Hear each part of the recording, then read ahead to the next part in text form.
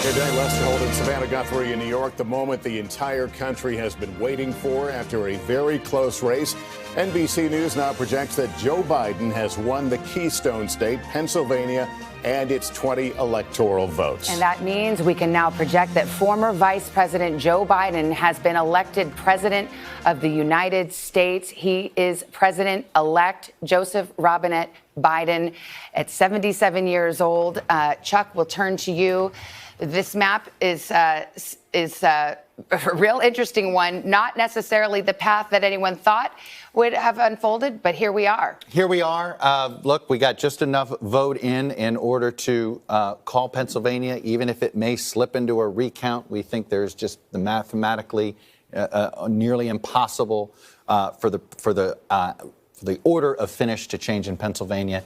And when you look at it in many ways, Joe Biden won with a somewhat traditional map in the Midwest. He rebuilt the blue wall, and narrowly, but he did it. He added two sort of expansion states, it looks like, potentially, when all's said and done, with Arizona and Georgia. But the fact is, he did it without it.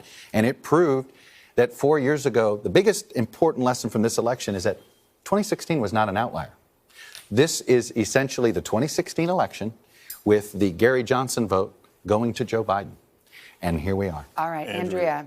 I'm thinking of the 32-year quest for the presidency of this man, his resilience in the face of failed attempts in the past, a very slow start, stumbling out of the gate, losing the primaries and caucuses, reclaiming it on Super Tuesday, and taking a centrist message, which will now challenge him.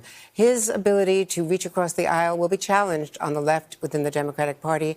But the empathy, the fact that he was so policy-directed, which comes from his whole career during COVID, which I think was the biggest story of this closing part of the campaign, his response to the pandemic and to the racial inequality, the protests after George Floyd, really spelled that appeal to suburban women and others in broadening that appeal that Hillary Clinton simply could not reach in the 2016 map.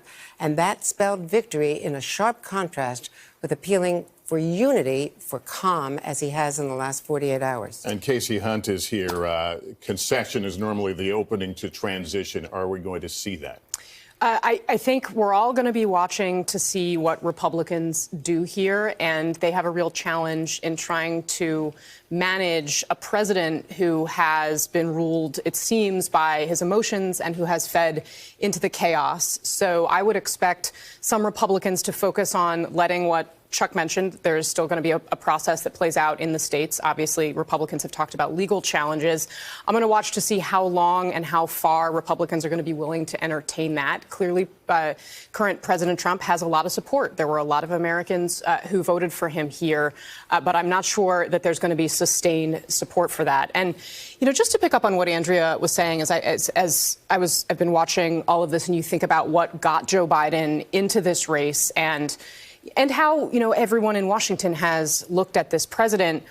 He has said repeatedly that the events in Charlottesville and the president's unwillingness to be very clear on matters of race are what got him into this in the beginning, that he was something of a reluctant candidate, that his son Beau should have been the one who was running here. I mean, he has been trying, as Andrea said, to find his way into this office for decades. And that the relationships that he did build through the roles that he had in the Senate, I think, are going to drive us going forward. You know, there's a mandate. There is a mandate here. And then there's going to be a fight about what it is. But I'll tell you what the American people's mandate is.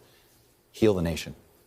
That's Joe Biden's mandate. That's the message that was sent. Heal the nation. It's why he ran. And you know what? That is why he won. Hey, NBC News viewers, thanks for checking out our YouTube channel. Subscribe by clicking on that button down here and click on any of the videos over here to watch the latest interviews, show highlights, and digital exclusives. Thanks for watching.